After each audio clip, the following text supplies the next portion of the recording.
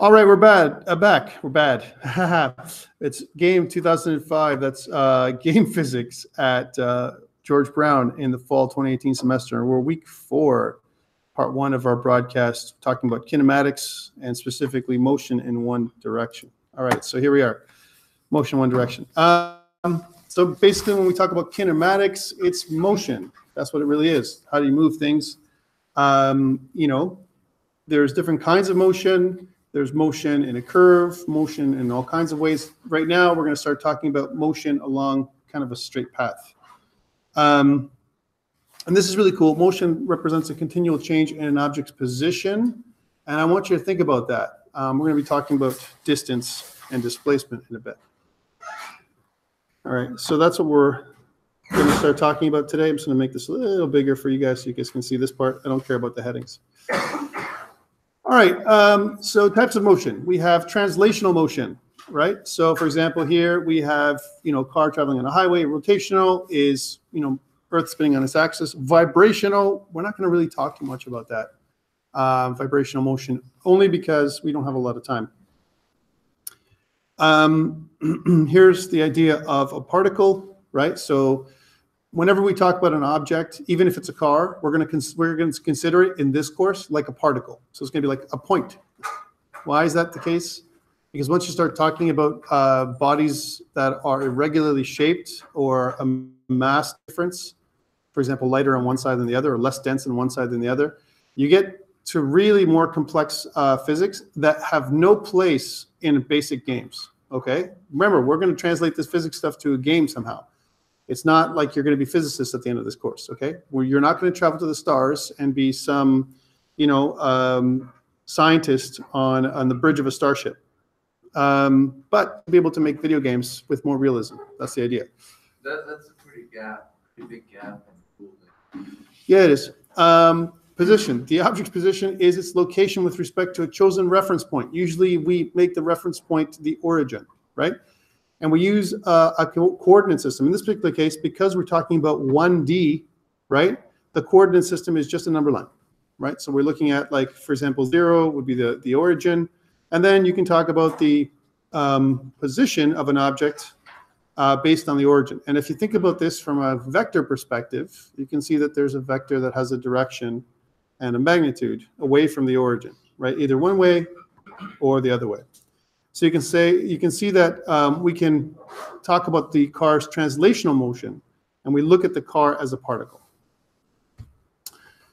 We can also see a lot of these things. So far we've been looking at other kinds of graphs in the first half, and a lot of times in this section, when it comes to physics, we're looking at a position time graph, or sometimes a velocity time graph, or an acceleration time graph, because those things make sense to us, right? And sometimes we overlay all 3 types of graphs together: position, time, velocity, position, velocity, acceleration over time. So again, if you were going to describe this, if I started off at A, and if I was going to describe what happens here for the car, notice that at the origin, right?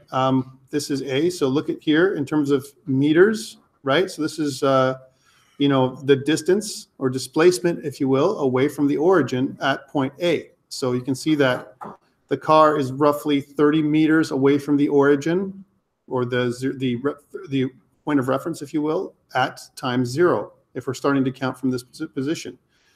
And then smoothly, it goes from point A to point B. Point B is 10 seconds into the journey, and now the car is something like 50 meters, right? So within 10 seconds, right? And then you can see that, by 20 seconds, the car's back to 40 meters. Well, that's interesting. So the car went away and came back, right? So it's describing a journey. It's not describing necessarily velocity, right? And the same thing goes with here. The car is at the origin in 30 seconds, and then behind the origin, by the as an example, negative 40 meters in 40 seconds, and then something like in 50 seconds, it's even further out, and it's going to keep on. Just looks like it's decelerating as it's going, farther and farther away behind the origin. The reason why I'm saying behind is if I was going to look at this as in front or to the right, this would be behind or to the left. It depends on how you coordinate your layout. And you can see now that you can put it in a table format. And by the way, for assignment number 1, what I was really looking for is a layout like this when it comes to plotting your graph. I know one of the things I said is show your work. This is the work I want you to show, kind of. Show me your table. And you don't have to have every single point. Just give me samples of the points on the graph to show me that you know how to apply the physics, or sorry, the formula. Is not enough. Sorry? Copy and pasting. No, it wouldn't be enough. No, I even say that, show me your work, right? So Desmos is okay to show you that, so to make it nice, make it look nice. But if you look at some of the questions, it says show your work. So please do that. So you're saying to draw a table? No, I mean actually make a table. You can do it in Excel. You can do it in any program you desire. You can definitely use create a table. Yes. And then copy and paste the graph generated by that. Absolutely. Yeah. It's just because I don't want to. Yeah, that's right. I'm okay with that. I just want you to go through the table exercise so you understand how to plot points, because when it comes to calculating where an object should be sometimes in a computer program, you need to look at it and go, is this right? In this frame, did I move where I'm supposed to move, right? And sometimes what happens is we don't do this, and then we're off from our calculations. So we can represent the motion of a car in different ways with a picture, some kind of graph or table, or some way we can show math to kind of describe the motion of a car, different ways of doing that. And a lot of times we want to show the math in most of our problems. That's what we want to do, like describe the motion of the car using math, right? Or physics calculations. So again, sometimes what we talk about here, and this is what I'm talking about in this one, is using more than one way of understanding the motion that we're talking about is really good for you when it comes to understanding the problem. And I talked about that last section in calculus and that part in trig. And I said that, kind of put down the knowns whenever it comes to physics questions, because now it's all problem solving. Write down all the known things that's been given to you in the problem. That's number one. And then try and represent that problem from using different methods. So make a graph, draw it out, whatever, until you really understand the problem. Sometimes it's good to also talk about that problem with your friends. Like, if you're working with someone and say, like, this is how I see it. How do you see it? And then they might see it differently than you. And then that might be closer to solving your problem. Again, the goal is mathematical representation, okay? Displacement. So again, think about displacement as the change in position during some time interval. This is really important. We represent this with a delta. That's not just a pyramid or a triangle. It's a delta x. Delta x means the change in x. That's why I want you to think about that. Change in x. And usually it's some final position. So let me just bring this closer. So x at some final position, here we go, minus x at some initial position would be the change in x, right? So if I had, for example, I'm moving from the origin, and I'm going 5 units away from the origin, whatever these units are. I take my final position, which is 5 units, minus my original position, which is 0 units, and my total displacement would be 5 units, right? Nice and easy. And that's the change in x. The delta x would then be 5 if you sub those things in. So displacement units are in meters typically, and the delta x can be positive or negative because you can be going ahead of the origin. So if I'm at the origin, some frame of reference, whatever you decide in a coordinate system, and if I'm moving to the right, if it's positive movement, right, you can have a positive number. However, if I move behind the origin or to the left, let's say, depending on how you map it out, again, it could be representing negative displacement. So positive and negative displacement. And displacement is different than distance because distance is the total distance that is traversed by a particle. Okay, so let's talk about that a little bit differently. So when you think about distance compared to displacement, think about this idea of a basketball court, right? If you think about a player moving from one end of the court to the other and back. So I'm at the beginning of the court. I go here to the end of the court and I come back. So let's draw the lines. So again, I kind of move this way, right? I kind of go that way across the court, and then I move back. I move back this way, right? So when we look when we talk about distance, right? the distance is always positive because I add this distance that I travel this way to this distance that I travel back, right? And then the distance will be twice the length of a basketball court, right? However, when it comes to displacement is zero, right? Because it's the total displacement away from the origin. So we talk about, okay, I moved away from the origin, the length of a basketball court, and then I've come back. Remember, it's x final minus x initial, where x is the initial position. So x initial is 0, and then x final is also 0, because I went there and came back, right? So what's the result? What we're looking at for the total displacement, we're going to end up with at the end. So displacement and distance, different things we're talking about. Okay? Any questions around that? That's kind of very key when we talk about stuff in physics, because it depends on what I'm asking for in the question, right? Displacement versus distance. Vectors. Again, you learned about vectors in a previous class, hopefully last semester or the semester before that. It should be that clear in your head. One or two semesters ago, right? Which means it's not clear at all, because most people, when they finish, one math course, they just erase it from their head somehow, right? Or they remember very little. But remember that vectors have both a magnitude, right, and direction, and we're going to use them. And there's the scalar. When we talk scalar, I'm just using terminology again to remind you. A scalar are just number quantities, so it just represents magnitude only. There's no direction. All right. So, for example, if I have a scalar, and I like to think about a scalar as if I wanted to rescale an object, if I want to multiply a value by a certain amount, right, to make it bigger or smaller, right, then I can scale it up. It's a scalar. However, if I want to talk about positioning, direction, that kind of stuff, it's a vector. All right. Okay. So that's kind of the way I think about it. We also sometimes want to find the average velocity, right? And again, when we think about velocity, okay, we have to bring into account this idea of displacement. Okay, so we have, say, the delta x, so the change in x over the change in time, delta x over delta t, right? Where delta x is equal to x final minus x initial. So again, the final position minus the initial position, would be your change in x over the change in time. And it's the final time versus the initial time, right? That's what it is, kind of the same thing. And this will give you the average velocity of a particle moving in a straight line. So again, length over time are the dimensions, and the units are in meters per second. So meters, right, distance over time, seconds, meters over time, meters per second, right? No problem. And again, we can also look at the slope of the line in the position time graph, right? Speed is different than velocity, right? Speed is a scalar quantity, right? And it has the same units as velocity, but it's defined as the total distance over time. So different than displacement, right? Velocity deals with displacement, right? Speed deals with distance. What's the difference? So if I go, kind of around and around, an object. If I'm orbiting around a school, right?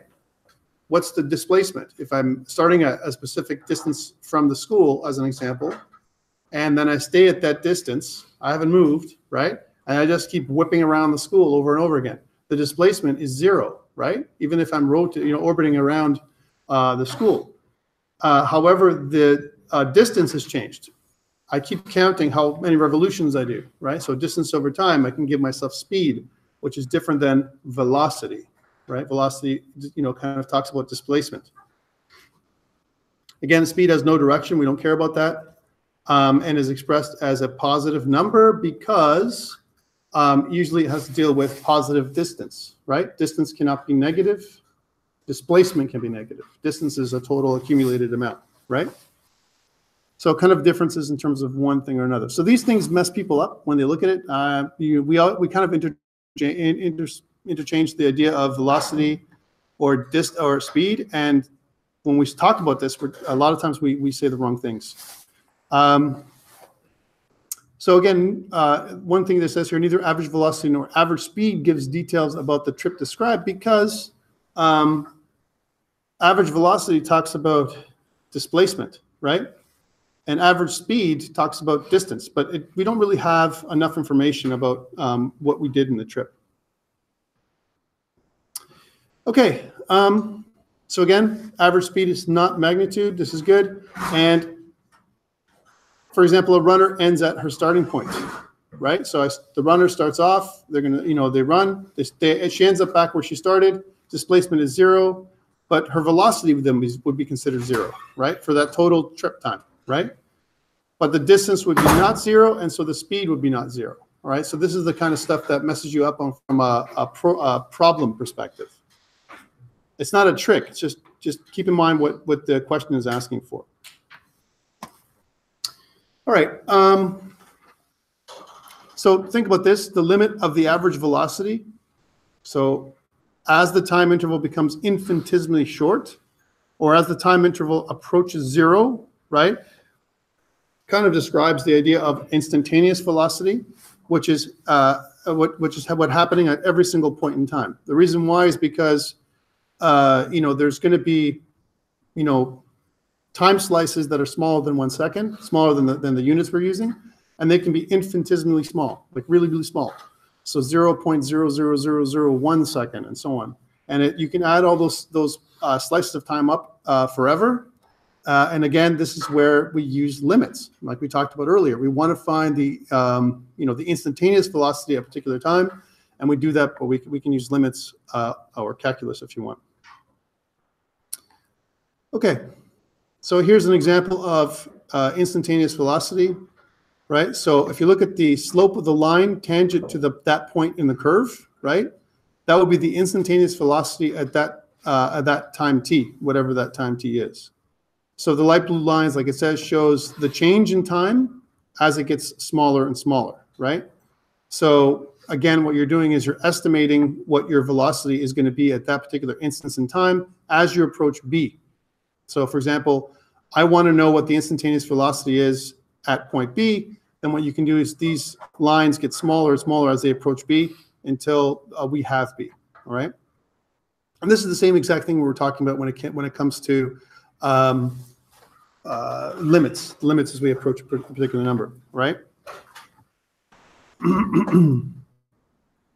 So this is interesting as well. The slope of a graph physically represents the ratio of change in the quantity represented in the vertical axis as well as the horizontal axis. And for you guys, because you're going to be doing game programming, right? We have some x, especially let's look at a 2D perspective, right? We have some object traveling in a 2D coordinate space, and we have some x value and some y value, and then you can estimate the total that slope of the line, the ratio of y over x. Gives you the idea of the change of the unit's motion as an example over time. And again, this is just describing a way of calculating instantaneous velocity. So this is one of the equations that you should kind of key in on. By the way, for test number 2, I will be providing a cheat sheet, and with all the equations that you'll be getting. The equations on this particular PowerPoint are going to be key. We're going to come back to this PowerPoint over and over again because it has all the equations that we need to solve problems coming forward, right? So here in this particular case, we say that the velocity of with respect to x is the limit as the change in time approaches 0 of the change in x over the change in time. This ratio can be represented by dx over dt. Okay, so in other words, the instantaneous velocity can be positive, negative, or 0 as we approach 0. All right, difference between instantaneous velocity and instantaneous speed. So speed represents only the magnitude component of velocity, right? So okay, so I don't care about direction. All I care about is how much, as an example, or the scalar quantity of velocity. And again, instantaneous speed has no direction associated with it. So things we talked about so far as a recap for people who came in late.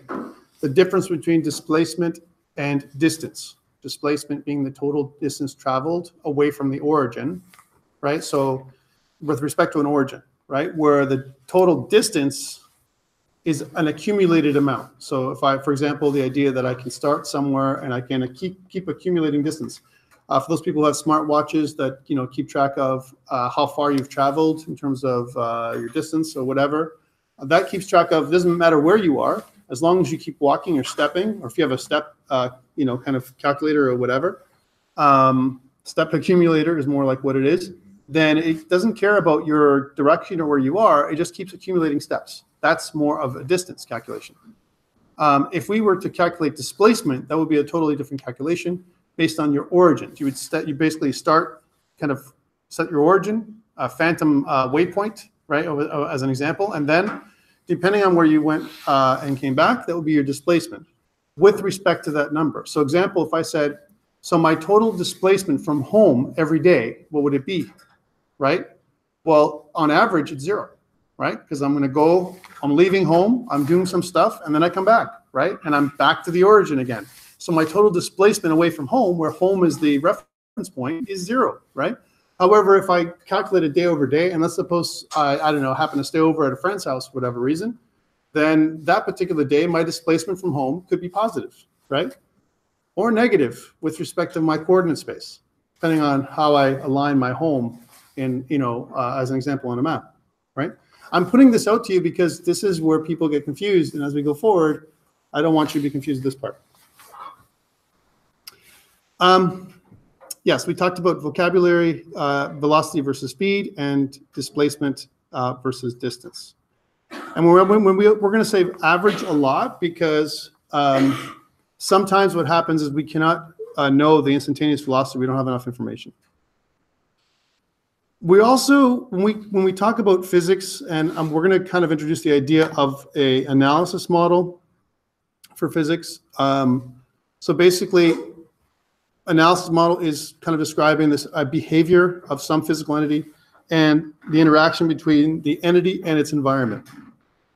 Okay, so the reason why I'm bringing this up is, hey, how do I analyze a problem? I start with the stuff that I know. Like I said, I start drawing a picture, right?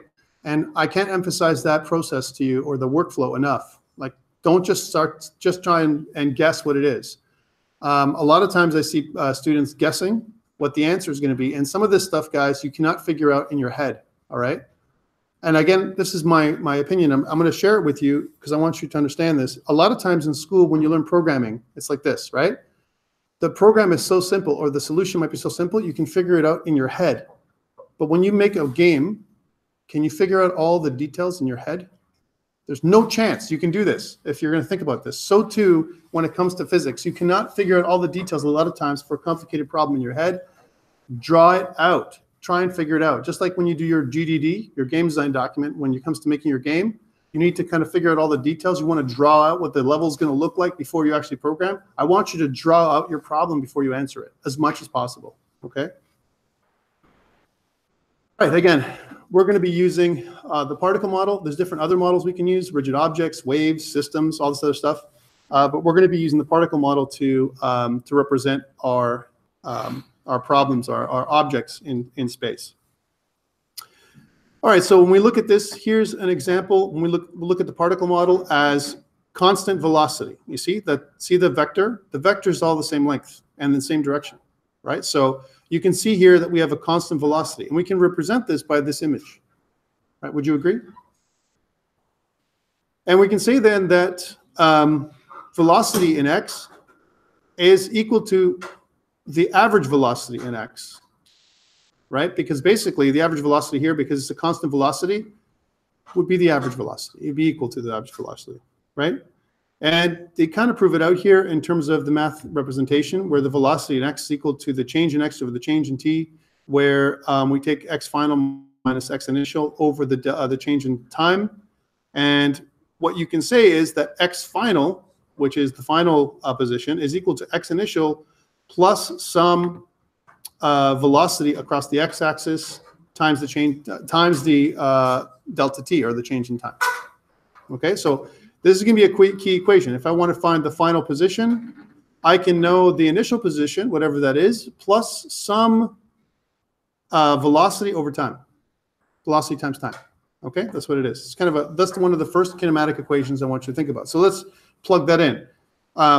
If my x initial was 0, right, and my time was 0, right, so my total time spent is 0. I haven't moved, right? My total final position would be 0, right? If my x position, my initial position is 0, and my total time is 1, and my velocity is 2 units per meter or meters per second, so 0 plus 2, because my velocity times time, 1 second, 2 meters per second. The final position would be 2 meters away from the origin, wherever that origin happens to be. Pretty simple stuff, and this basic equation is the one that we build on for all other kinematic equations, one way or the other. Again, we can also describe motion with a graph, right? So here's a particle under constant velocity, right? And you can see that this is the total time, and this is the total distance in x. And as the time increases, so too does the distance, or the displacement away from the origin, okay? If you're talking about a constant velocity. And one of the things is the y-intercept, which is this, is always the origin, x initial, right? Because we're starting over here. Will this intersect with the y-axis again? No. It's going to keep going away from y in this particular case, because we have a constant velocity, a particle with constant velocity, which means constant speed and constant direction. That's what it means, right? Over time, which means I'm going further and further away, okay? All right, did I miss something? No. So again, a particle can also move with a constant speed along a curved path, right? Here's an example of that. And this can be presented with a model of a particle under constant speed. Think about this as a top-down view now. If you have a map, if you have a particle. And the primary equation we use is velocity is the change in distance over the, distance over the change in time, right? So you can see that you have velocity and it changes. So the velocity doesn't stay the same, right? Why wouldn't this velocity stay the same? It's constant velocity, but the distance, the velocity vector would change this way, right? Because this is distance, this is direction, right? Notice that the magnitude of the velocity stays the exact same. It's not going to change. So it's the same speed as we're moving, but unfortunately it's going in different directions, which means the velocity vector is going to change, okay? But it can be described this way, where we look at each point in time to represent the motion of an object. We also a lot of times want to look at average acceleration, right? Where we say that acceleration, average acceleration, we write it like this. So AX, average, A being acceleration on the x-axis, on average, right, is equal to the change on the velocity over the x-axis over the change in time. So again, we can represent a change in velocity as velocity final on the x-axis minus velocity initial on the x-axis over time final minus time initial. So why is this important? Because it breaks down the components of the change. If I say delta something, always think about it as in something final minus something initial. It doesn't matter whether it's velocity, acceleration, whatever. If I'm having a change, if it's not constant, right, I have to talk about an average, right? And this is where the speed that's happening, the average velocity or whatever, it's not slowing down and speeding up, right? It's just the average velocity over time, depending on where it is. If it's really changed, like really slowing down and speeding up a lot, we can still use average acceleration as an example. But the problem with this is that you're going to get some inaccuracies, all right? So again, the time when it comes to average acceleration across one axis, in this case the x-axis, is meters per second squared, which we saw when we were doing the calculus stuff. Now remember this, average acceleration, if I have it in meters per second, I can use calculus, right, or integration, if you will, to get back to average velocity, right? Average acceleration, take the integral of that, average velocity with some plus some c quantity. Okay. Instantaneous acceleration is different than average acceleration, and it can be calculated by acceleration on the x-axis is the limit as the change in time approaches 0, right, of the change in velocity on the x-axis over the change in time, right? So this is the equation that you'd be using, where you can say d squared x over, so d, where d is distance, where d times t squared, all right? So this would be the instantaneous acceleration, okay? So again, I'm just showing you this stuff. Here's an example of velocity and acceleration. So notice that the acceleration, A, I'm just gonna bring this a little closer. What can you guys tell me about acceleration when you read this diagram? So I think I've talked enough. Oops, sorry. So I'll make this a little bigger for you guys to see it. So what can you tell me about the blue line acceleration? What can you tell me? Okay, how do you know it's constant? I just want you to describe the arrows and everything else. What do you see, right? I see a red arrow that constantly grows in time. Okay. And or in space because it's going to the right. Okay, it's going to the right. So I see a blue arrow that seems to have the same value as it goes to the right. And then there's a particle which seems to be the same place. Okay. Well, it's not actually the same place. If you notice, it's further and further out, right? That's one thing to note. So if you notice the particle here, and then here, right? And then it's farther out, and then it's farther out, and then it's even farther out, as an example. That's one thing to note. The other thing is that you can see that the size of these arrows for acceleration are constant, so constant acceleration. However, the velocity vector is increasing, but of course it would be because acceleration is happening. If I have acceleration of any kind, then I'm going to have increasing velocity, right? If my velocity was a constant, then my acceleration would be 0. Why is that? Because if I was going to derive from velocity, we just talked about this, right, in calculus, to acceleration, and if I have a constant in the velocity level, right, then any derivative of a constant is 0, right? So we know that from calculus. So therefore, we know that this cannot be a constant value. It's got to be growing, which means if velocity is changing and it's increasing, then, and it could be increasing at a non-constant acceleration. It could be the acceleration is increasing as well. That could be possible. In this case, it's not. So each time slice here that we're looking at, imagine that these are all time slices or frames. The particle will be moving farther and farther out, and it's moving faster and faster. That's what we know, okay? All right, we can also look at instantaneous acceleration, similar to what we did with instantaneous velocity, by taking the slope of the line with respect to the graph, right? So for example, this line here, if I take the slope of the line tangent to this particular point in the graph, we get the instantaneous acceleration. If this graph, this red line, was representing the acceleration, right? Again, these are important things, guys, because it can help you determine kind of your path to an answer. The blue line then is the average acceleration from A to B. So this is the curve, but the average acceleration seems to be constant. And why is that? Because we're taking these two times, time final minus time initial, right, for some delta t, right? And then we're taking the change in x, right? So here's, in this axis, we have velocity on the x-axis. And you can see that delta v, or the change in velocity over the x-axis, is velocity final minus velocity initial. So velocity is increasing. It starts at some value, goes to another value, and it goes from some t value, some time value, to another time value.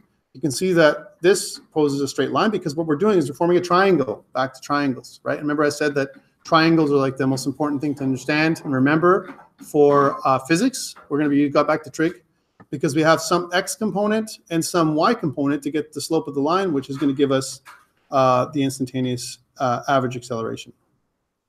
Okay. And we can compare velocity and acceleration. And if you notice this, so we're just gonna, let me just pull this out again, so just we can see it. So the top graph is the displacement time graph. And you can see that the velocity time graph looks like this. And the acceleration time graph looks like this, right? And they're all kind of mapped to the same points in time, right? So if this graph describes displacement, you can see that if this was the origin, it would be further away, and then somehow around time d, at point d, it's coming back. The object is turning around and coming back to the origin, right? That's displacement. And then velocity, you can see that it's increasing, it's staying the same. So constant velocity, it's decreasing. Okay, now this is interesting. How can this happen? Well, because notice that the displacement of the object is coming back to the origin here across this at this point in time. So then the velocity must be negative, where negative is just a direction. Positive would be away from the origin, negative would be towards the origin, or behind the origin, right? And then again, what you can see is that we have some positive stuff because as it turns this way, it's not going towards the origin, it's remaining away from the origin. And you can see that when displacement is constant, so too is velocity, right? And then you can see acceleration. It can accelerate. We kind of come up. And you can see that from here to here, it's fairly consistent. The average acceleration, it looks like it's stable, like a straight line. Again, it improves a little bit here. And then there might be some area that is consistent in terms of our total, or average acceleration. And then you can see that we have some acceleration here because we're going backwards, and notice the acceleration is always positive, right? Okay. I'm not going to read this slide. Just going to go through this. Again, some of this is going to be things you need to go through. This PowerPoint is your reference.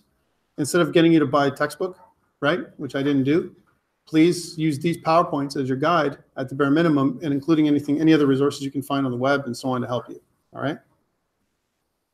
Okay, we're also going to talk about force. And we won't talk about force a lot this particular time, but we're going to be talking about force when we get into Newtonian physics, and we'll talk about that portion of the course, right? Are we going to be doing force systems? Very simple ones. We can't, well, beyond too much of that, then you're going to get, it's out of scope. But yes. So again, one thing to note is the force is proportional to the acceleration, because we know force is equal to mass times acceleration. Newtonian physics, F is equal to ma. And so we know that there is some proportion of force and acceleration that as my acceleration increases, so too does my force. And this goes back to the old, we can't travel faster than light. All right, forget Einstein for a second. But if you think about that, right? Well, actually, we can't forget Einstein. Let's think about what Einstein says. As we approach the speed of light in a vacuum, our mass increases to infinity. Okay, if we accept that, because we have some kind of weird dilation that happens in that space, right? And what ends up happening is as we approach the speed of light in a vacuum, our mass relative to our original mass increases to infinity. So it keeps increasing. And if that's true, and if force and acceleration, right, if I keep increasing my speed as I approach the speed of light in a vacuum, right, and my mass keeps increasing forever, guess what? My force is going to be infinite. I'm going to need an infinite amount of energy to take me to the speed of light, which means we'll never reach the speed of light. It'll be impossible. In fact, if anything, we'll probably burn up, right? Now, if we're talking about science fiction, we can think about ways of modifying this. How do science fiction writers write that stuff? Well, they say that, yes, we accelerate, but what if the time between ticks on a clock, right, were slightly different, as an example, in a different space? Like, you went into hyperspace, or the distance between points is not the same as in normal space. So instead of being Alpha Centauri being 4 light years approximately away from Earth, let's say in hyperspace, it's only meters, right? So therefore, yeah, you could travel less than the speed of light in hyperspace, but actually achieve faster than light travel as you shunt into a different frame of reference and then back. So yeah, that's how we can achieve faster than light travel. Maybe there's also warp fields and all that kind of stuff that we talked about. By the way, this is all stuff that is in theoretical physics that science fiction uses, to make stories, right? And your games are going to have this stuff. But think about this now. Don't try and accelerate an object to infinity in your computer, all right? It's just going to crash the computer program if you use these equations. F is equal to ma. It just won't happen, right? Because your mass will accelerate. If you actually do some kind of really weird simulation, it'll just show. It'll never get there because mass will increase to infinity. I want you to remember this. That's why I'm telling you this way, right? Because otherwise, you guys are all going to fall asleep on Tuesday morning at, almost 9 o'clock. So again, negative acceleration, I talked about this, doesn't mean exactly that the object is slowing down, and the word deceleration is not liked by physicists, all right? Just letting you know, because this connotation of slowing down. And so when we had our last problem last week, and it said the object is decelerating at 16 feet per second squared, that's bad, right? Because decelerating can almost like make you think that it's a negative acceleration. And it worked for our problem last week, but it may not be the exact thing that's happening. It may not be the thing that's happening in the case of physics at all. All right. So we try not to use deceleration. We try to use negative acceleration, which is more descriptive. All right, so that's notes around acceleration. Okay, here's some motion diagrams. We're going to have to sometimes do motion diagrams when you actually think about problems. So I have a car moving at a constant velocity. So we have zero acceleration. You can see that the vector arrow is in the same direction and the same length. A car moving a constant acceleration in the direction of its velocity, right? So here's the velocity. The velocity arrow continues to increase in length, so magnitude, but the acceleration is the exact same, right? Magnitude, right?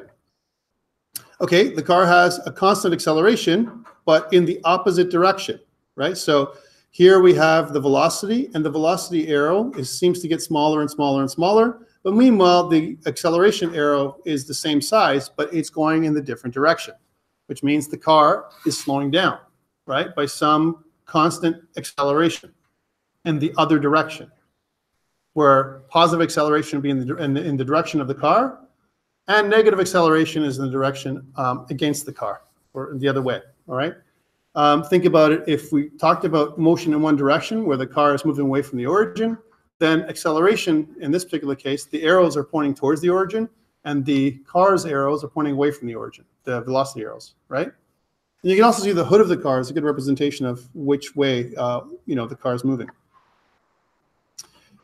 Okay, again, we want to think about this. They talk about this idea of a stroboscope, or I like to think about it as time slices or frames. So, for example, if you think about frame 1, frame 2, frame 3, frame 4, frame 5 in a video game, right? So you can see that, these 3 frames here, the car hasn't moved much, right? Whereas frame 4 and frame 5, they're much further away, right? And you can see that in this particular frame, when they're slowing down, the car's slowing down, the distance between this point in time and this point in time is quite a bit. And then they bunch up together because the car is slowing down. And so the frames are, the distance between frames are closer, right? So it kind of describes motion. All right. We talked about the idea of constant velocity. And again, I think the pictures are really great because it gives you an idea of, you can picture it in your mind where it's constant velocity. I'm moving at the exact same rate, as an example, every frame of reference, if you will. Images are equally spaced, and the car is moving with constant positive velocity, shown with the red arrows. And of course, if there's constant velocity, then acceleration is equal to 0, right? And here we can see that the car is moving farther apart, right? Where the velocity and the acceleration in the same direction. Acceleration is uniform, but velocity is actually increasing, right? Okay, and I'm not going to go over these ones. It's similar to what we talked about every single time. Okay, I think I've talked about that a lot. Okay, let's go back to kinematic equations. Okay, so from this point on, these are going to be the equations you're going to need for most of the second half of the course. The kinematic equations, they're going to apply in one way or another for not just 1D motion, but also 2D motion. We're going to extend them to include Y next week. So next week, next week there's no lecture, but the week after, when we come back from our tests, right? Test number 1 is next week. The week after is going to be 2D motion. Well, you're going to extend these kinematic equations. All right. Sometimes it says you may need to use 2 of the equations to solve one problem. All right, because again, there's more than one way to solve a problem. It depends on what you're looking at. Okay, so here's the first kinematic equation. Let's take a look at this, guys. And I'd like you to pay attention for this part on. If you've just been hearing me drone on so far, that's okay. But please take a look at this. All right, so what does this describe?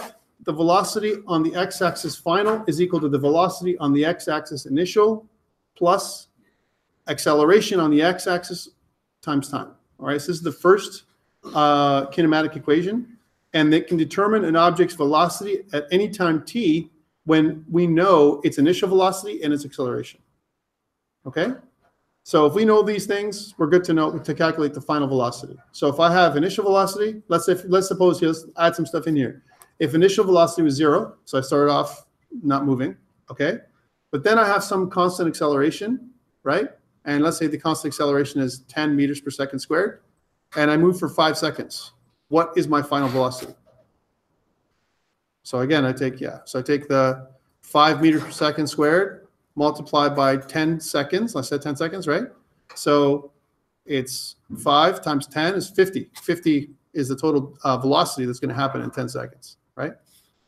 But notice it says t, right? There's going to be some times where it says t squared, which means whenever I sub in a value for time, you go to the you square the value for time, which is the way gravity works, which we're going to find out. We're going to find out that gravity is actually acceleration, right, squared, right? So we're going to have some squared version of gravity, and the default number we're going to use from gravity in this course is something like 9.8 or 9.81 meters per second squared, going towards the origin, which is the center of the Earth.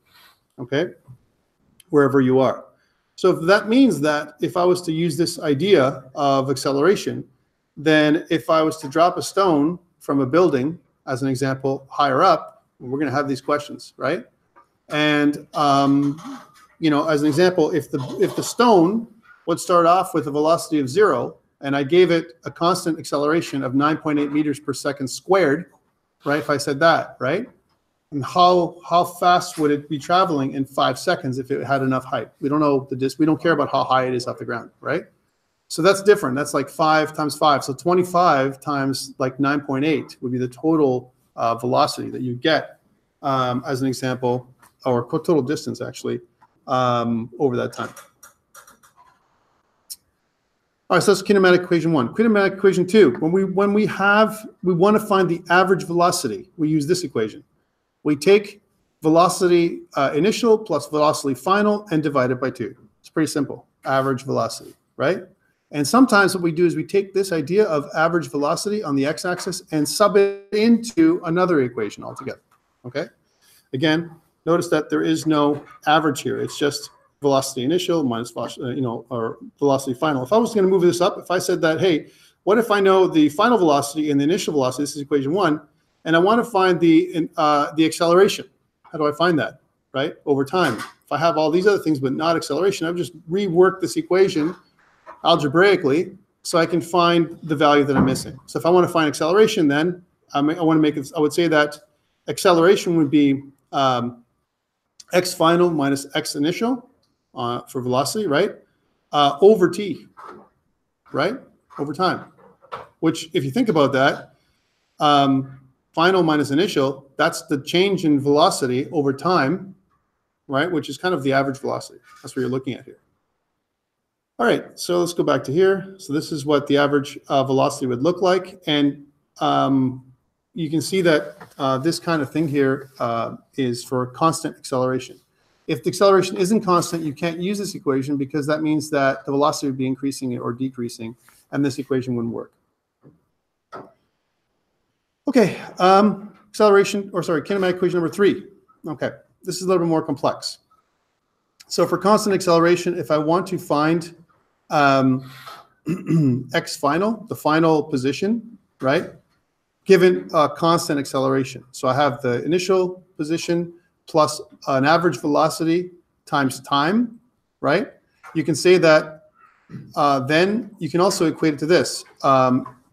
the initial position, right, plus 1/2 the final position, the final velocity plus the initial velocity times time. So these two things, this and this, you can say are equivalent. And that gives us a relationship between, for particle motion when it comes to, I want to find the final destination. So how did I figure this out? Well, look, take a look at this. Xi, which is x initial, didn't change, right? However, we have this Vx average. Vx average, we just did that, Vx average. So we took this whole equation, right, which is 1/2 of velocity on the x-axis initial plus velocity on the x-axis final, right? And we subbed it into this part right here, which says Vx average, and we multiplied it by t. That's how we figured that out, right? So this equation, this is where we can use two equations to solve a problem, okay? Again, one thing that this doesn't do is it doesn't give you acceleration. You can't derive acceleration from this relationship. Okay? Here's kinematic equation 4, where we say that the final position is equal to the initial position, right, plus the initial velocity at time t, plus 1/2 axt squared, all right, or acceleration on the x-axis. And my friends, this is something that we can extend. If you were to extend this kinematic equation in 2 dimensions, right, where it's not x final, but position final, right? And we're going to do that in 2 weeks from now. You're going to see we're going to use the exact same position where we can say that, P final, position final, is equal to P naught, or P initial, if you will. And when I say position, I mean both on the x and y axis in a future version of this equation, right? Times velocity across the x and y axis, not just across the x axis, times time plus 1/2 at squared, right? And if you think about that, if my velocity starts off at 0 when I first start moving, so if I'm at the origin, I can sub in 0 for this. And then if I'm just starting to move at the origin, if I've stopped at the origin, right, this would be 0. So 0, 0. And if I say that this is going to be something like 5 seconds, this is going back to that, object being thrown off of a building, right, where I want to find the total distance of an object, right, the final position of an object based on 1/2 of the acceleration over a particular axis, whether it's x or y, times time squared. So example, if I'm at the top of a building and if it's tall enough, whatever it is, if it's tall enough that I can throw a rock off of the top of it or some kind of object, and then if I say that acceleration due to gravity is roughly, let's say 10, not 9.8 for now, just to make it easy, 10 meters per second. By the way, in your games, 10 meters per second, or if you think about, you're going to have to do 2 things for your games. One is you're going to have to calibrate your game, right, whenever you make a game, for how many meters per pixel, or how many pixels per meter, actually, is the other way around. So maybe you're going to say that it's 10 pixels per meter, right? Because there's going to be some relative size of a meter in your game. You're going to have to kind of create a ratio of meters per pixels in your game, right? And if that's true, and if it's 10 pixels per meter, which means that, it's pretty small, it's, and then you kind of add up, you can kind of create this simulation of what gravity would look like, right? Or what motion would look like. In this particular case, if I was just dropping a ball off of a roof or someplace of a building or some kind of object, and if I said that, let's say roughly acceleration due to gravity is 10, right, in the negative direction, so going down as opposed to going up, right, then it would be 1/2 times 10 times 2 squared times t squared. If t was 5, so it's 5 squared, 25 times 10, right? 25 times 10 is 250 divided by 2 is 125 meters. That's pretty fast in 5 seconds, 125 meters. And they also talk about something in physics called terminal velocity, right? Because of, why? Does anyone know what terminal velocity is? Just to kind of, yes? It's due to air resistance. You lose energy, so therefore you eventually hit a max speed where you're gaining energy at the same rate you're losing it. Good. So the answer was it's due to air resistance. You can only travel so fast in atmosphere, right? Because of air resistance, right?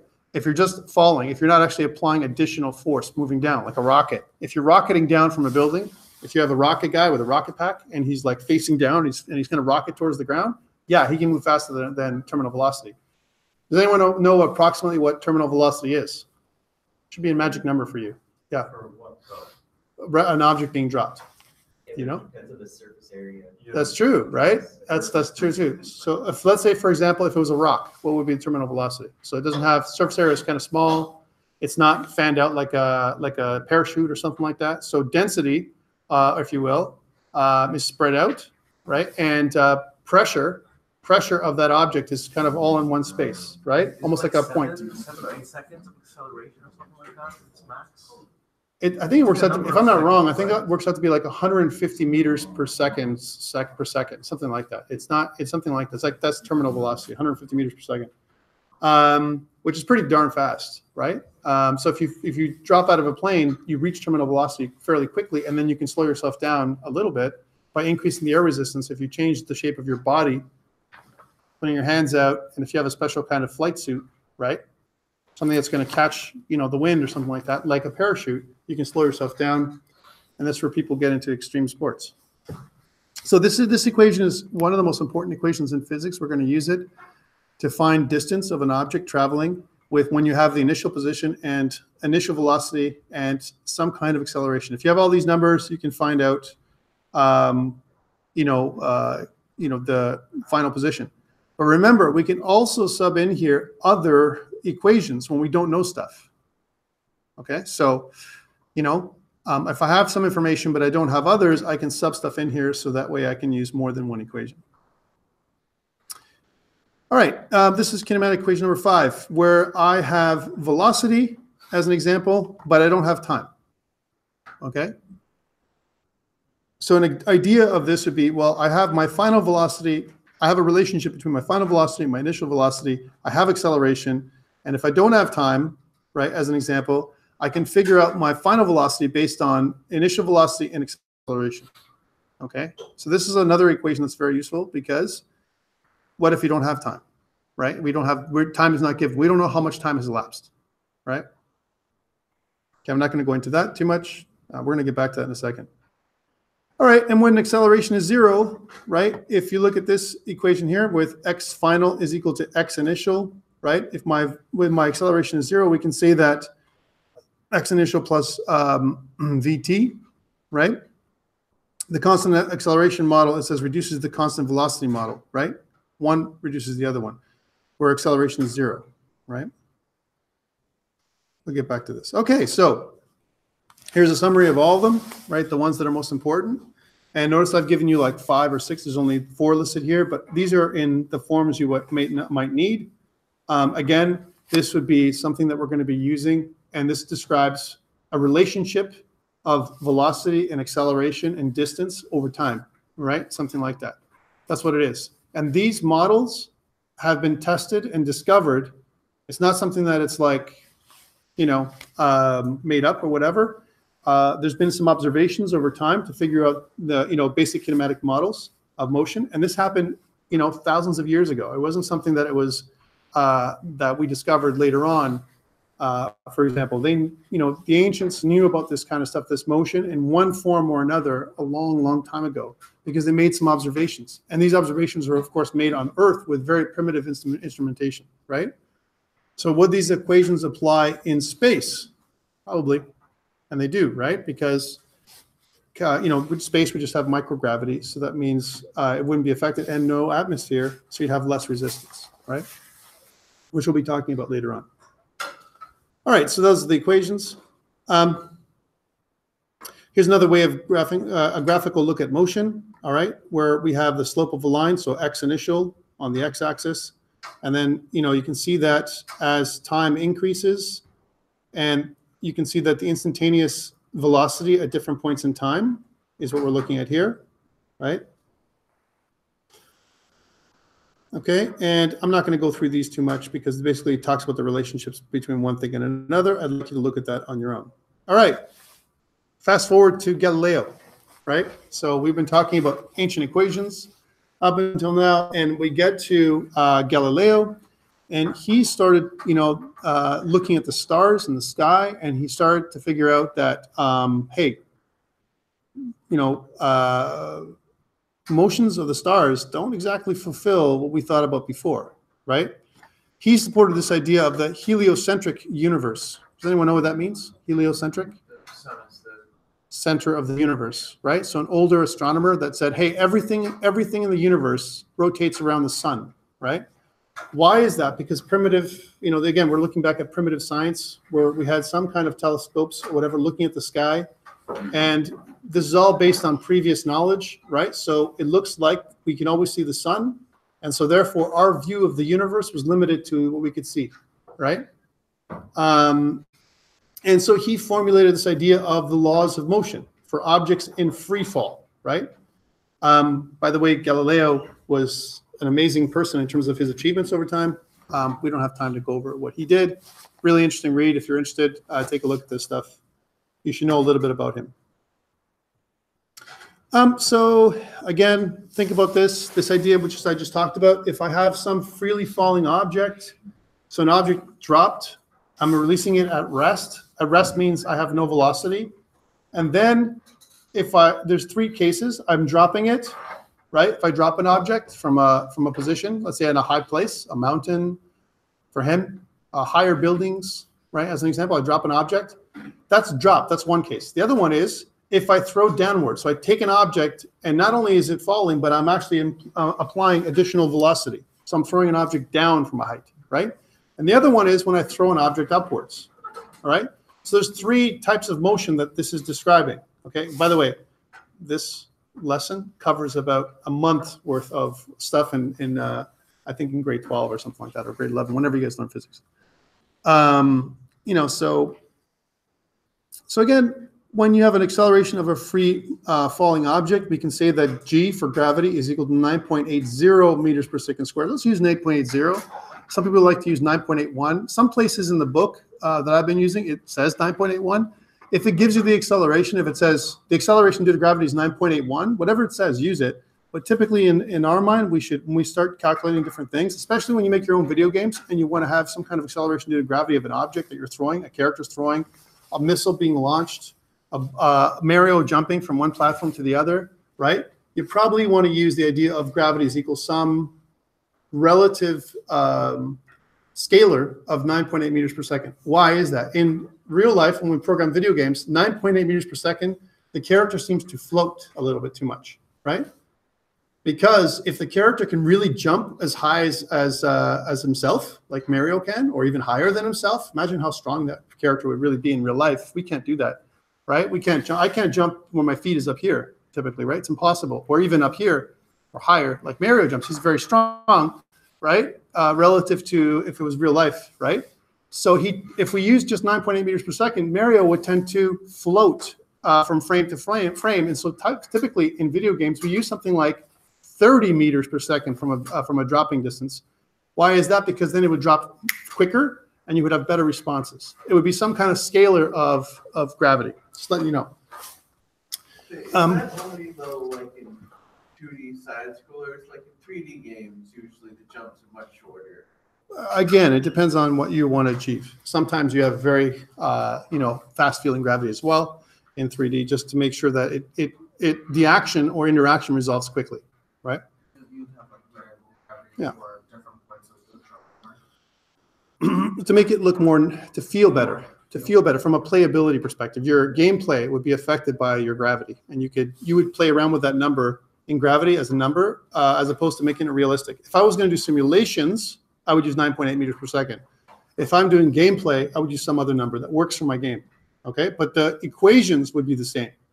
The kind of motion that I would be describing is the exact same motion for you to feel natural motion, like for something that's lobbing over something else. Example, Angry Birds, right?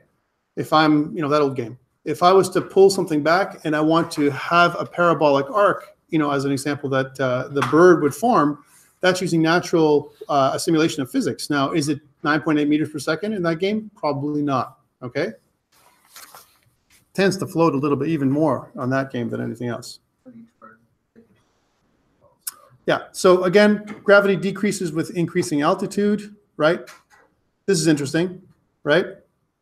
With increasing altitude. Why is that? Because Now this is, I got to tell you this is infinitesimal, okay? It's really small, the gravity decreases. We're talking about two bodies being separated farther and farther away. When you say altitude, I want you to think about the center of mass of an object as big as a planet. And if you're really, really far away from it, outside of the Earth's gravity well, if you will, right, then chances are you're not going to fall towards the Earth very far. And the larger object that you are, the more massive an object, it also begins to have a pull, or so we've seen, on the space, the fabric of space, if you will, or the shape of how space looks like. It creates a curvature of space. That's what it is. Gravity is like a curvature of space where denser objects curve space more, right? That's what it looks like, right? So when space is quote unquote curved, then objects tend to fall into it. If you look at it that way, maybe that might help you. Maybe it won't. But the idea is that even if you get massive enough, right? Imagine a massive ship like the Death Star in Star Wars. The Death Star then, if it was like a small moon, like Ben Kenobi said, that's no moon. That's a space station, right? But it was massive. It's huge. Could that space station have its own gravity because of the massiveness of it, the density of it? Probably. Yeah, it might have some kind of gravity, natural gravity based on the size of the object and the mass, the sheer mass of a thing. It could also, in most space movies, they also have something called artificial gravity, which I would love to have, but we have no idea of any kind of graviton particle. All right, so that is gravity, acceleration due to gravity from a Galilean physics perspective, right? And let's just go on to the next one. Again, interesting stuff we can think about with physics. That's why in school I loved physics, because it made me imagine the stars. It made me imagine how to be on a starship, how to teleport from one place to the other, all these kinds of things. You can imagine that, you know, physics can describe some of this motion. But anyways, we have to get back to what we're talking about here, which is falling objects. So one thing to note about falling objects in 1D is I want you to neglect or ignore air resistance. So imagine there's no air resistance. This way it will be a simple traversal, a simple distance, and we don't have to think about terminal velocity. We're just going to say that there is no air resistance. This thing is a perfect bullet, okay, as it's falling down, right? So air resistance will be 0 or near 0, okay? That's one thing. We're also going to say, when it comes to falling objects in Galilean physics, we're going to say that upward, any motion up is positive, and any motion down towards the Earth is negative, okay? It also helps us with our math equation, right, to understand motion. And remember, because we're using motion in one dimension, right, as an example, negative motion would be back towards the origin. And if we think about the origin as the Earth, right, of all objects should rest on the Earth or inside the Earth, I don't know, however you want to see it, then any displaced object outside of the Earth would be a positive displacement away from it, and then as it moves down towards the Earth, it'd be a negative displacement towards it. Okay, again, we can use the kinematic equations where we say that acceleration across the y-axis. So again, when we talked about acceleration or motion across one axis, y, x, z, whatever, right? We can apply the stuff that we've learned today or talked about today across only one axis, and we can get fairly accurate when it comes to understanding motion. So again, in this particular case, when it comes to dropping objects, it's in the vertical direction where y is up, okay? Some programs, Blender as a good example, when we do modeling, z is up, okay? Z is up. And that may seem to be unnatural for some people. In Unity, y is up, right? In Unreal, Z is up, right? So that's the thing. It's really weird depending on your modeling program or the program that you're using to create your game. Or maybe your own program, your own game engine that you're writing yourself, right? You have to decide your coordinate space, okay? But in this coordinate space we're talking about, y is up, okay? All right, so here's an example of an object in free fall when an object is dropped. So this is case 1, okay? So initial velocity would be 0 because I'm dropping an object, okay? We're going to let up be positive. We're going to say that V naught, this is how you say it, V at 0 like this, we usually say V naught. V naught is equal to 0. So initial velocity is 0. We can also use this as V across the y-axis initial is 0. VI is 0, right? and acceleration is negative g, where g is gravity, so negative gravity, right? And then if we sub that in, we can say that ay, acceleration across the y-axis, is negative g, which is negative 9.8 meters per second squared. Okay, that's what it would work out to be. Okay, and notice that there isn't any other equations necessary. We're actually taking that, if P final is equal to P initial plus V naught T times plus 1/2 AT squared, that equation, and we're removing V and we're removing initial because at the end of the day, it's all zeros initially. All we have is 1/2 AT squared, right? 1/2 AT squared, which is 1/2 of gravity squared, is what's happening here when it falls. Okay. But here we can define this as 9.8 meters per second squared, where AY is 9.8 meters.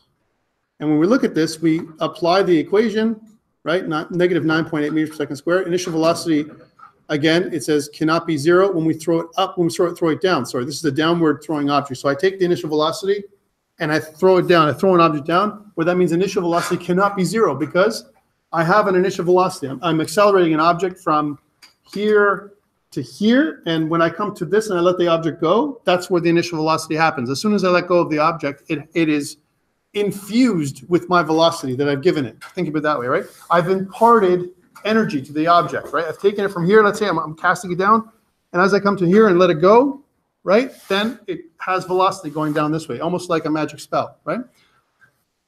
Right, and then it comes down. And then so if velocity can't be zero, and upward being positive, negative being downward. And what I'm going to do is I'm going to say that, that we're just describing the motion of a ball being thrown down. What about of an object being thrown up, a free fall object being thrown up? Well, we know that the initial velocity is upward. So I'm doing this. I'm actually imparting velocity or energy upwards. So the velocity is going up. It's going to reach a point in space where velocity is zero. It's going to hang in space for a second and then fall back down. Right? And what's happening is every tick of time as it approaches the top of the curve, gravity is pulling it back down, right? Every tick of time. So what's happening is there's going to be a point in time where gravity equals, the velocity that we have, and velocity is going to become zero, right? So acceleration due to gravity and the initial velocity is going to equalize at some point, and that's where it's going to hang in space for a second, and then it's going to go back down again, and the velocity is going to be starting off at zero from that point. So from here to here, there's a journey, and from here to here, there's another journey, right? It's two parts. All right, and when we think about throwing a ball upward, the motion is symmetrical because the t up is equal to the time down. This is very interesting. And we have to remember this. That means if I throw an object from here, right, the time it takes for me to get to the top is equal to the time it takes for it to come back down. That's something we've observed, all right? And think about this. What we can find out the velocity over here, right? And I believe it's a symmetrical velocity as well. So the velocity that you threw it up with is the same velocity at that point in time instantaneously as it comes to the same level that you threw it up from, okay? Which is very interesting, a very interesting relationship. So where V, right, is equal to the velocity at that point in time down is equal to the initial negative velocity, right? Or, yeah. Okay. And the motion, it says, may not be symmetrical. We can break the motion into two parts, generally up and down. All right, so here's the first example, and again, we're going to be dealing with more of this stuff not this week, but next week when we come back. And guys, we're probably going to run right to the end today because there's a lot to cover. Normally, I let you guys go around this mark in time. I apologize for keeping you the whole time, but I have to. All right, I know it's terrible, right? So the initial velocity at A, right here is at A, is upward. So again, I'm imparting some velocity. Okay? And I'm just going to kind of go in there and zoom in on this guy. So he's on the top of a building. Wow, I'd be really afraid to be on the top of a building like that. But let's suppose he's on a building and we're given this, he's at a building of where his hand is around 50 meters, right, from the ground. That's pretty far up, right? What is that in feet, just to give you an idea? Multiply that by roughly 3. That's like 150 feet in the air, right? That's pretty high up. For some people, if you've got nothing around you, that's pretty darn scary, right? Especially when your motion upwards could go, fall off.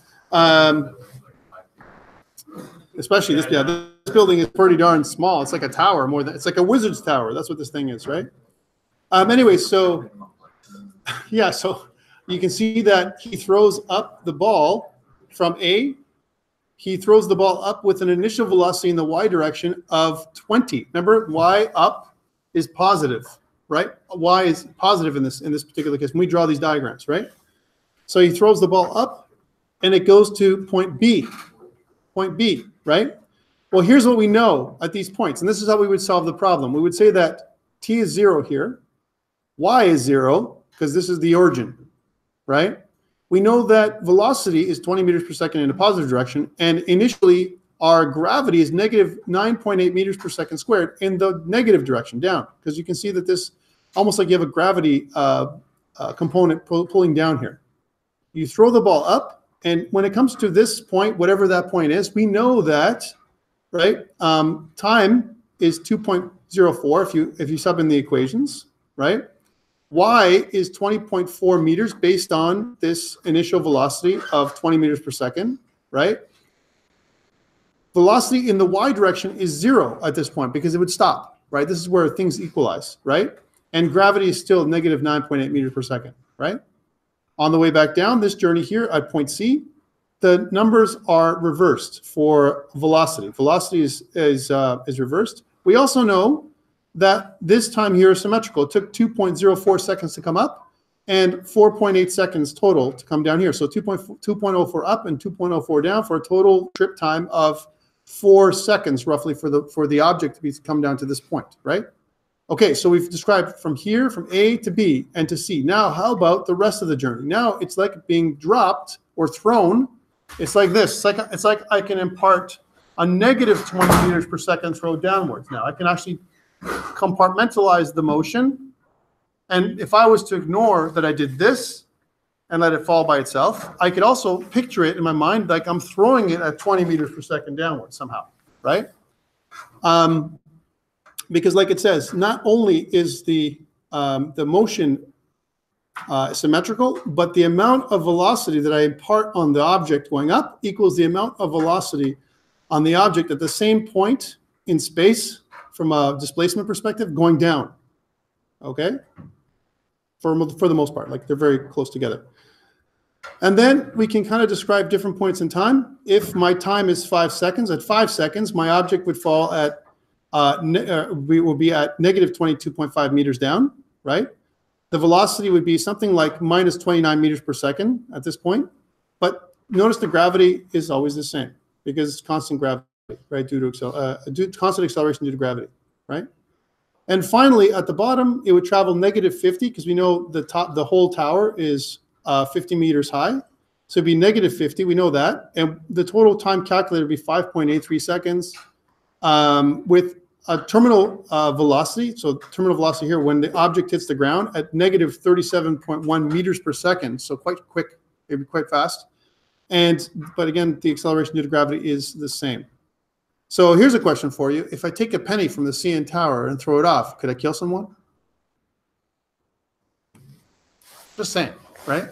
That's always a question I always thought about when I was a kid. So I'm outside on the CN Tower and they throw a penny down at someone on the ground, right? And I kill them, right? And I hurt them. And I think it's like illegal to throw. Because people used to do that off the Empire State Building. They used to throw stuff off the entire Empire State, and it could hurt someone, right? You could probably. Someone, you can't kill them. Well, A penny is not heavy enough. what if they're looking up at that position at that particular time?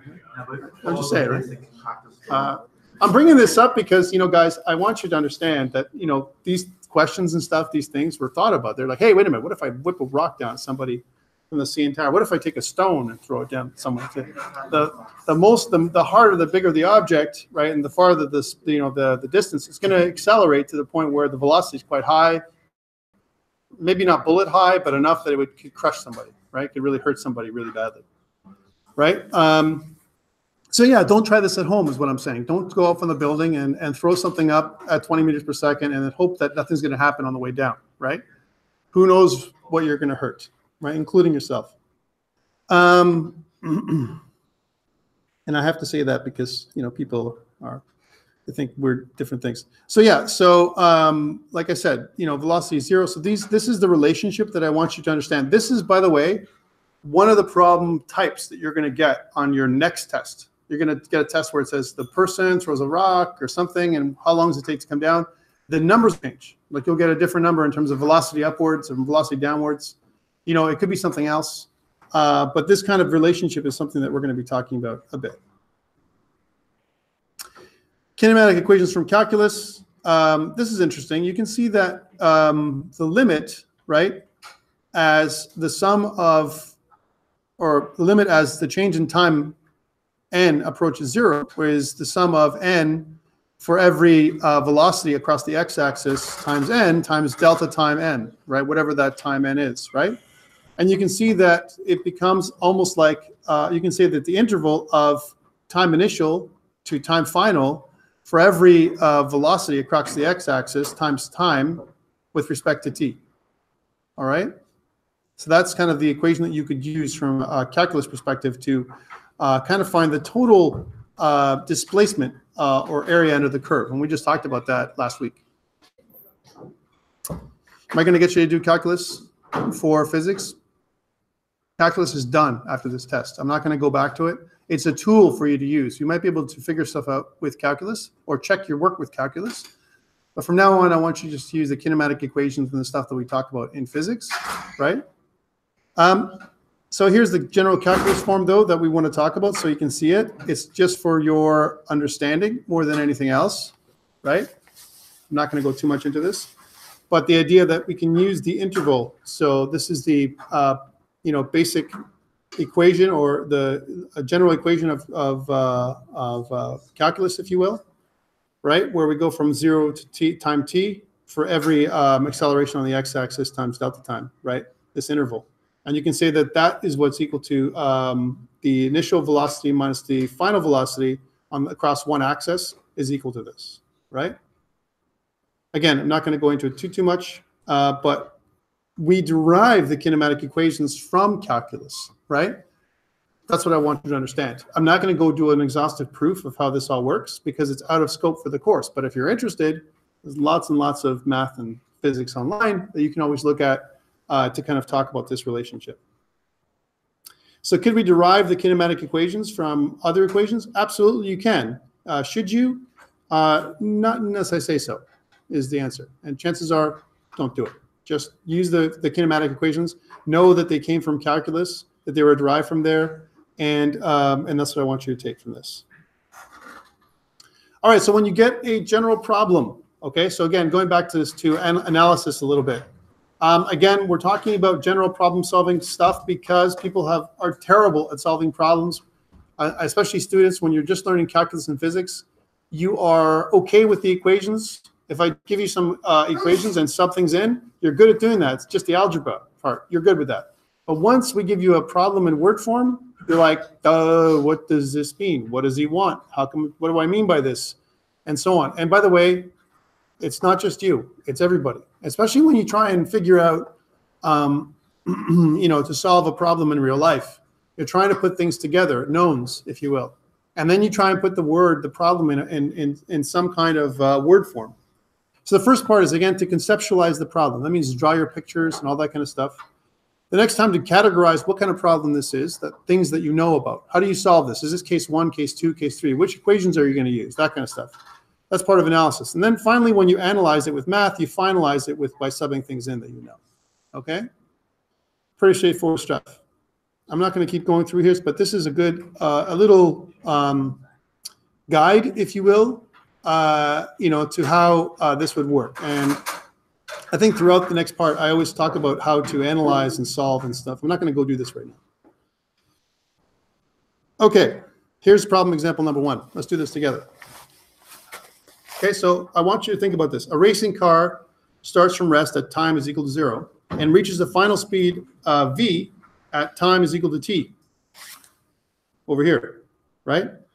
If the acceleration of the car is constant during this time, which of the following statements is true? Right? A, the car travels a distance vt. Is that true? Yeah. B, the average speed of the car is V over T.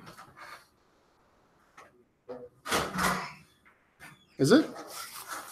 The average speed of a car is velocity divided by 2. Velocity divided by 2. So, It's final velocity. okay. The magnitude of the acceleration of the car is V over T. Velocity over time. The velocity of the car remains constant. No. Well, why not? Because it says the acceleration of the car is constant during this time, then the velocity cannot be constant. That could be false right there. We know that one. And then E, none of the statements is true, is the other option. So which one? A, B, C, D, or E? Right? Which one of these is true? Or maybe some of them are true. Right? Okay. Problem 1 solution. The initial velocity of the car is V naught. We describe it as V naught is equal to 0. And the velocity at time t is V. Right? Okay? Whatever the velocity is. The constant acceleration is therefore given by acceleration is delta V over delta t. Right? This is going back to our kinematic equations, where V final is equal to V minus V initial is over t minus 0, where time final minus time initial. You can, I'm just putting it this way so you can see there's other ways of seeing it. Typically what I'm going to do is V final minus V initial, those kind of things if I can. Where the final velocity minus 0, sub that in, over t, which is V over t, right? And the average velocity of the car, where the velocity vector is equal to V final plus V initial over 2. So the average velocity is V over 2, right? So if I go back to the questions here, the average speed of the car is V over 2, yes. The car traveled VT, is that true? Right? The distance traveled in time is the change in x, which is VT, so velocity vector times t, which is also equal to VT over 2. In the special case where acceleration is 0, hence, V is equal to the total of the final velocity is equal to the initial velocity, which is equal to 0, right? We see that the statements A, B, and C are true, right? Are correct. However, the general case where acceleration cannot equal to 0, and hence, velocity cannot equal to 0, only statements B and C are true. And statement E is not true in any case. All right, so again, it's just understanding how things are moving. Your second assignment, by the way, I'm going to give you next week. I'm actually going to post it next week, assignment number 2. And that way, I'm not going to do it now because you're going to be worried about the test and all that kind of stuff. And then you're going to look at a second assignment. You haven't finished your first one. But next week, right, at the end of the week maybe, after the test is done, I will post assignment 2 so you can start working on it early, right? Problem examples 2, the position versus time for a certain particle moving along the x-axis is shown in figure P2.1. Find the average velocity in the time intervals from A, 0 to 2 seconds, B, 0 to 4 seconds, C, 2 to 4 seconds, and so on, right? So how do I do that? So if I look at the particle, so the particle moving from 0 to 2 seconds, so 0 to 2 seconds, and I've moved from my initial position on the x-axis is 0. My final position on the x-axis is 10, right? This is 10. And I've got a space of 2, and it says find the average velocity. Average velocity is velocity final minus velocity initial over 2, right? Velocity final over time. Yeah, sorry, over time. Velocity final is 10. Sorry. Find the average velocity. Distance is 10, right? So the displacement, or the distance between one or the other, right, is 10, right? So x final minus x initial, right, over time, distance over time, 2, right? 10 over 2, because time final minus time initial, right? So 2. So 10 over 2 is 5. We can say that the average velocity from 0 to 2 is 5 meters per second. Would you agree? Okay. How about the average velocity between 0 and 4? What's that? How do you figure that out? So you have a couple trips, right? If you think about it, you have a point from 0 to 2 where the velocity is positive. And then if you have a time between 2 and 4 where the velocity is negative, right? Remember, velocity has a distance and a direction, right? Remember, it's displacement from the origin, right?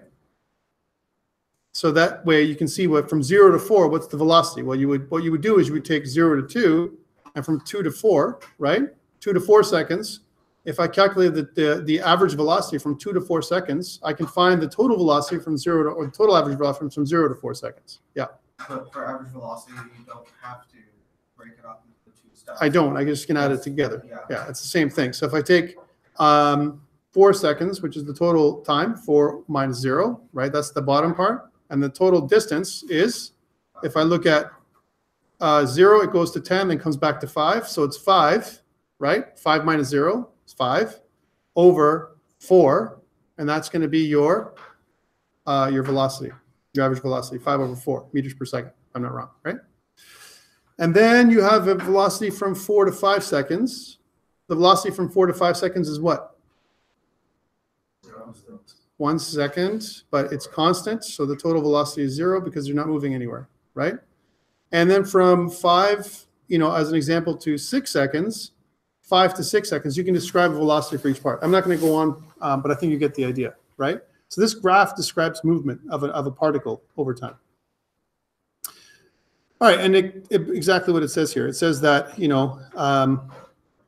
so 5 over 4, like we said, is 1.2 meters per second for this one. And I've given the solutions here for a reason, right? Because you're going to get lots of problems like this. And guess what? Your test number 2 is going to have problems that are eerily similar to this with swapped numbers, right? So you should kind of look at these kind of things, right? So if you think about this, again, delta x over delta t, where delta x is the total change in position over total change in time, right? And that is 5 meters per second, like we said. And then 5 over 4 is what we figured out for the second one, which was 1.2 meters per second, and so on. Okay. Problem example number 3. Okay. A person walks first at a constant speed of 5 meters per second, okay, along a straight line from point A to point B, whatever those 2 points are. And then back along the line from point B to point A at a constant speed of 3 meters per second. What is her average speed over the entire trip? Speed, okay? And what is her average velocity over the entire trip? Okay? So think about this, right? So without looking at the bottom part. So speed is distance over time, right? Velocity is displacement over time, okay? Total displacement over time. So the average speed, if I go from A to B at 5 meters per second, right, and then back at a speed of 3 meters per second, what's my average speed? 4 meters. Okay, yeah, 5 on one leg of the trip and 3 for the other leg of the trip. You take both those legs of the trip, add them together, divide by 2, you get an average speed, right? Well, what about my average velocity over the entire trip? Because again, good for you. So again, I have no displacement at the end, right? I start at the origin, I go somewhere, and I come back. That's velocity, right? And it doesn't matter what my average speed was from 5 because I've come back to the origin. So my average velocity is 0 relative to the origin. That's the thing to think about, right? It's not a floating point. And as you see down here, it talks about the average speed, and they talk about how to figure out the average speed, right? And average speed calculations, and here's the solution where you kind of sub in, the numbers. And I've written this all out for you because I want you guys to, again, to have kind of a clear solution to a problem based on some text that you've seen, okay? And we're going to get more into this, next week or week after. All right, and then you can see that we said that the average speed was 4, but actually, and here's an interesting thing, it's 5 meters per second times 3 meters per second, right? And it says over 5 plus 3, so we get something like 3.75 meters per second. It's not quite 4 because of the equation that we used, because you have to multiply it by 2. Yeah. The time it takes. We didn't take that into account, yeah, because it's delta x over delta t. But the actual look, we were right about the last part. Since the walker returns to the starting point, delta x is 0 because the v average will be 0 because we for the second. So this part we're right, but this part we're wrong because if we go back to the equation, you can see that the way this was total is total distance over total time. So we have the distance from A to B plus the distance from B to A over the time from A to B over the time from B to A, because the time would be different because of the speed, and therefore it wouldn't be 4, it would be something like 3.75, right? That's the difference, okay? All right, cool. And some other examples. So these are the ones that I want you guys to look at before we get together in a couple of weeks. I know I took you right to 9:48, guys. I'm so sorry, right? But like I told you, this is like a lot of stuff, right? So a particle moves according to the equation x is equal to 10t squared, where x is in meters and t is in seconds. A, find the average velocity for the time interval from 2 seconds to 3 seconds. How do I do that? 2 seconds to 3 seconds, right? The average velocity. And find the average velocity for the time interval from 2 seconds to 2.1 seconds. How do I do that, right?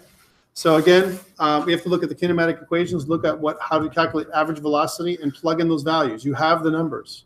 Just all it is just literally plugging in the values in the kinematic equations, right? How many more slides I got? I got 2 more slides, and then we're done.